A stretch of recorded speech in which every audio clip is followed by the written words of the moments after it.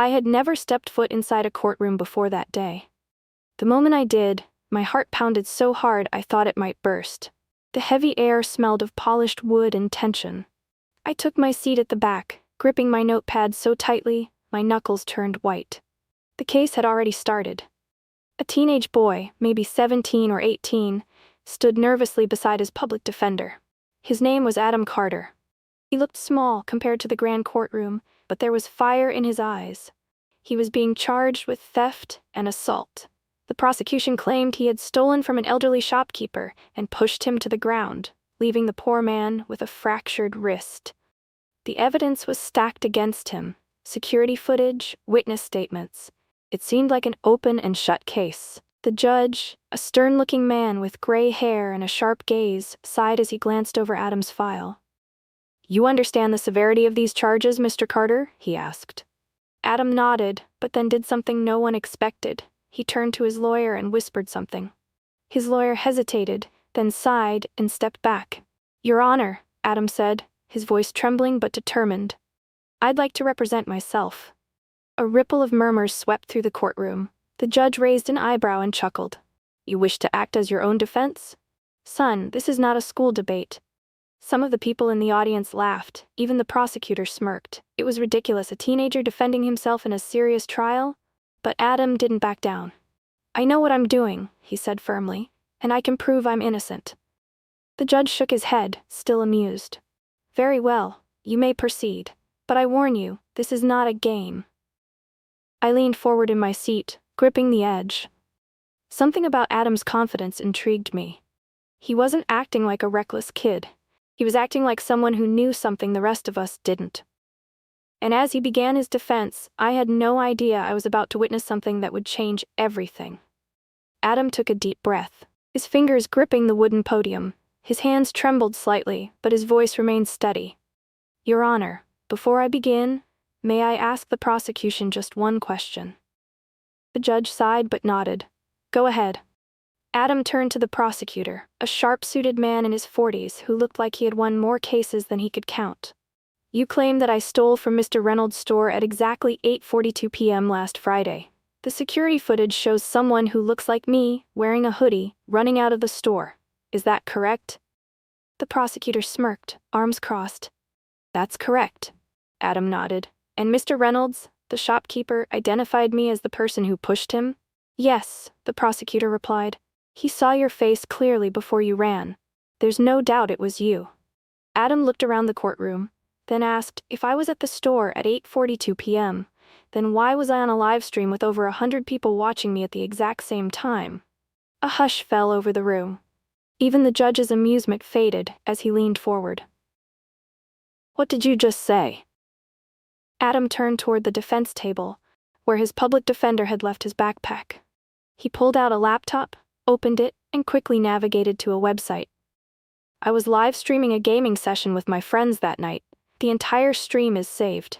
I was talking, playing, and visible on screen from 8 p.m. to 10 p.m. There's no way I could have been at the store." A shocked silence followed.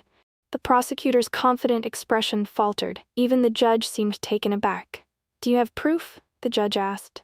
Adam turned the laptop around so everyone could see. "It's all here, the timestamps, the comments, the live chat. I can even get the platform to verify it." I glanced around the courtroom. Whispers spread among the spectators. This wasn't just a defense, it was an alibi, a rock-solid one. The judge rubbed his chin, studying the screen. This is unexpected," he admitted. "I'll need to verify this evidence, but if it checks out, then there's a serious problem with this case." Adam nodded. "There is. Because if I wasn't there, then who was?"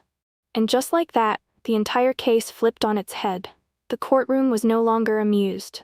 The judge's laughter had disappeared. The prosecutor, who had been so confident just moments ago, now looked uneasy. The judge turned to the prosecutor. "Mr. Thompson, did you verify the timestamps before bringing this case to trial?" The prosecutor cleared his throat. We relied on witness testimony and security footage, Your Honor." Adam didn't let up. "Then let's talk about that footage. May I see it again?" The judge gestured to the bailiff, who rolled a screen into place. The grainy security footage played. A figure in a hoodie dashed out of the store. The face was blurry, but the general shape could resemble Adam. "That's me?" Adam asked. "Looks like you," the prosecutor insisted. Adam paused the video. "But can we say for sure?" He zoomed in on the screen, pointing at something on the suspect's wrist, a small, barely visible tattoo. "I don't have a tattoo," Adam said, rolling up both sleeves to reveal his bare arms. The room gasped. Even I felt a chill run down my spine. If Adam was telling the truth, and it certainly looked like he was, then someone else had committed the crime. Someone who looked like him. Someone who wanted him to take the fall. The judge turned to the prosecutor. "Mr. Thompson, this case is falling apart. I suggest we take a recess to verify this new evidence." Adam shook his head. "We don't need a recess. We need to find out who really did this." He turned to the prosecutor. "Do you even know who that person in the video is?" The prosecutor hesitated, and then from the back of the courtroom, a voice rang out. "I do." Everyone turned as a man stood up. He was middle-aged, his face pale, Mr. Reynolds, the shopkeeper. His hands were shaking as he pointed at the screen. "That's not Adam," he whispered. That's his brother." The courtroom erupted in gasps. My stomach twisted. Adam's brother? No one had mentioned a brother before, and judging by the shock on Adam's face, he hadn't expected it either. Adam froze. My brother?" His voice cracked with disbelief. Mr. Reynolds nodded slowly. "I wasn't sure at first, but seeing the video again, I recognize him now. That's Jason, your older brother." A heavy silence settled over the courtroom. The prosecutor looked stunned, flipping through his case file, while the judge rubbed his temples. I could see the confusion, the pain in Adam's eyes. "My brother's been gone for 2 years, Adam said, his voice barely above a whisper. He left home. I haven't seen him since." Mr. Reynolds sighed. "That night, I thought it was you. The hoodie, the height, it all matched. But now I remember, the moment before he ran, he called me by name. Adam never called me by name, but Jason did." Adam gripped the podium like he needed to hold on to something solid. "So my brother framed me?" The judge turned to the prosecutor. "Mr. Thompson, this case needs immediate reconsideration. The defendant has provided a strong alibi, and now we have reasonable doubt regarding the true identity of the suspect." The prosecutor, looking completely thrown, adjusted his tie. "Your Honor, we need time to investigate further." The judge nodded. "Then here's what we're going to do. Effective immediately, I am dismissing the charges against Adam Carter." A wave of relief swept through the courtroom, and I saw Adam exhale sharply, as if he had been holding his breath for hours. But before he could even react, the judge continued, "And I am ordering an immediate search for Jason Carter." The room erupted into murmurs. Adam looked dazed, but I could tell from the way his hands tightened into fists, this wasn't over for him. Neither of us knew it then, but what would happen next would change both of their lives forever. The courtroom emptied quickly after the judge dismissed Adam's charges. Reporters swarmed the halls, eager to get a statement, but Adam pushed past them, his face pale and unreadable. I followed at a distance. I wasn't a journalist, I was just an observer, someone who had stumbled into a story bigger than I'd expected. And right now, I needed to know how it would end. Adam leaned against the courthouse steps, rubbing his face with both hands. I hesitated before stepping closer. "Are you okay?" He looked up, startled, as if he had forgotten there were other people around. "I don't know," he admitted. "I mean, my own brother? Framing me? He shook his head. "I don't even know where he is," a voice interrupted. "Maybe I can help with that?" We both turned. Mr. Reynolds, the shopkeeper. His eyes were filled with guilt. Adam tensed. "Why? You were ready to let me go to jail a few minutes ago," Mr. Reynolds sighed. "I was sure it was you. I swear, Adam, I wasn't trying to ruin your life. He shook his head. "Look, your brother Jason. I saw him a few days before the robbery. He came into my shop. He looked rough, like he'd been on the streets." Adam's eyes darkened. "Where?" "Near the old train yard," Reynolds said. "He used to hang around there when he was younger. If he's still in town, that's where I'd look." Adam didn't hesitate. He turned and started walking. "Where are you going?" I asked.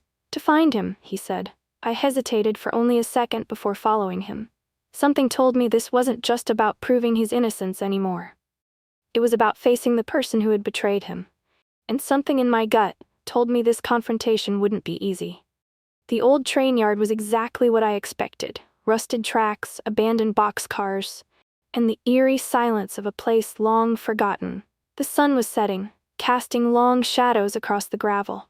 Adam walked ahead of me, his steps quick, purposeful. He wasn't just looking for his brother. He was searching for answers. "Are you sure about this?" I asked, my voice low. He didn't stop. "I have to be." We reached a cluster of old freight cars, their doors slightly open. Adam hesitated for just a second before stepping forward. "Jason," he called out. His voice echoed through the empty yard. Nothing. Then a rustling sound came from one of the boxcars. Adam stiffened, and then we saw him. Jason Carter. He stepped out of the shadows, his face thinner, his eyes hollow. His clothes were dirty, his hair unkempt. But despite the time and the distance, there was no mistaking it. He was Adam's brother. Adam clenched his fists. "You set me up." His voice was tight with emotion.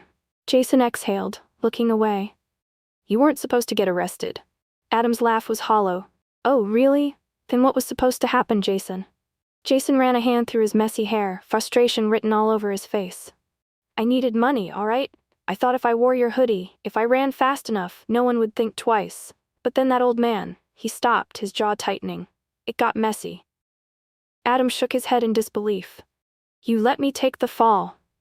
You watched me get arrested and didn't say a word." Jason looked down, guilt flickering in his eyes. "I was scared." Adam took a step closer. "And now, are you still scared?" Jason swallowed hard. His body tensed like he was about to run. That's when we heard the sound of sirens in the distance. Jason's eyes widened. "You brought the cops?" Adam didn't answer right away. He just stared at his brother, the brother who had betrayed him, abandoned him, and let him suffer for a crime he didn't commit. Jason turned, ready to bolt. "Don't," Adam said. For a moment I thought Jason would listen. I thought maybe, just maybe, he'd stay. But then he ran. The moment Jason took off, Adam bolted after him. Gravel crunched beneath their feet as they weaved through the abandoned train yard. I hesitated for only a second before running too, my heart pounding. "Jason, stop!" Adam shouted. Jason didn't stop. He darted between rusted boxcars, his breath ragged. But Adam was faster, closing the distance step by step. The sirens were getting closer. The police were almost here. "Jason, you can't outrun this," Adam yelled. Jason suddenly veered left, scaling a stack of wooden pallets and scrambling onto an old freight car. Adam followed without hesitation. I stopped below, looking up as they stood on the edge of the train, facing each other. "Why are you running?" Adam demanded. "It's over." Jason's chest rose and fell rapidly. "You don't get it. If they catch me, I'm done." His voice cracked. "I have priors, Adam. This isn't just theft, it's assault. I'll go away for years." Adam clenched his jaw. "That was your choice." Jason shook his head, stepping back toward the edge of the freight car. "I didn't want this. I just wanted to survive." The sound of tires screeching echoed through the yard. Red and blue lights flashed, officers poured in, weapons drawn. Jason looked down, panic flashing in his eyes. He turned to Adam. "I can't." He took another step back. Too far. His foot slipped. Time seemed to slow.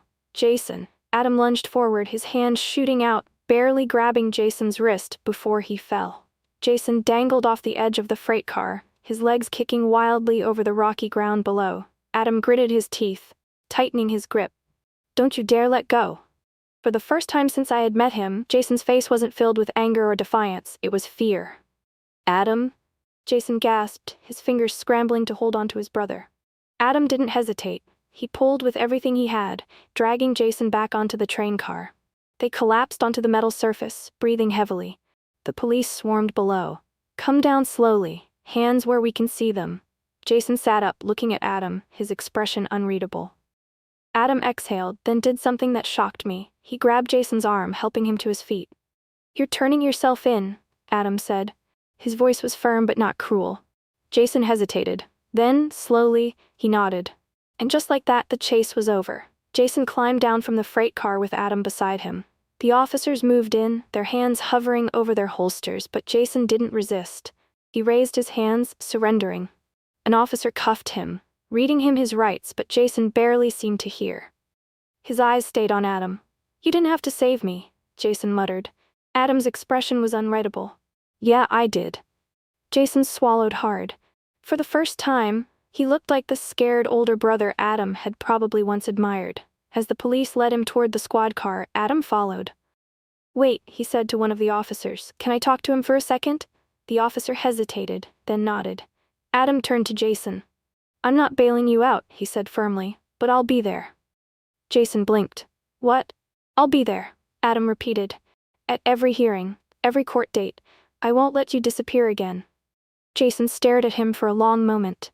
Then, for the first time since the trial began, I saw real emotion in his eyes. Regret, shame, maybe even relief. "Okay," Jason said quietly. The officers placed him in the car and drove away, the flashing lights fading into the distance. Adam stood there, watching until the car disappeared. I stepped up beside him. "Are you okay?" He let out a shaky breath, running a hand through his hair. "I don't know." He looked at me. "But I think, for the first time in a long time, Jason might be." I nodded, knowing this wasn't a perfect ending. Jason had a long road ahead. So did Adam. But something had changed. Justice had been served, not just for Adam, but for Jason too. And as Adam finally turned to leave the train yard, I realized something. This wasn't just the end of a trial. It was the beginning of something new. If you enjoyed this story and want to see more gripping tales filled with suspense, emotion, and unexpected twists, don't forget to like this video, hit that subscribe button, and turn on the notification bell so you never miss a new story. We'd love to hear your thoughts. Comment down below, and let us know what you think about Adam and Jason's journey. And if you found this story powerful, share it with your friends and family so they can experience it too. Your support helps us create more amazing content. Thank you for watching.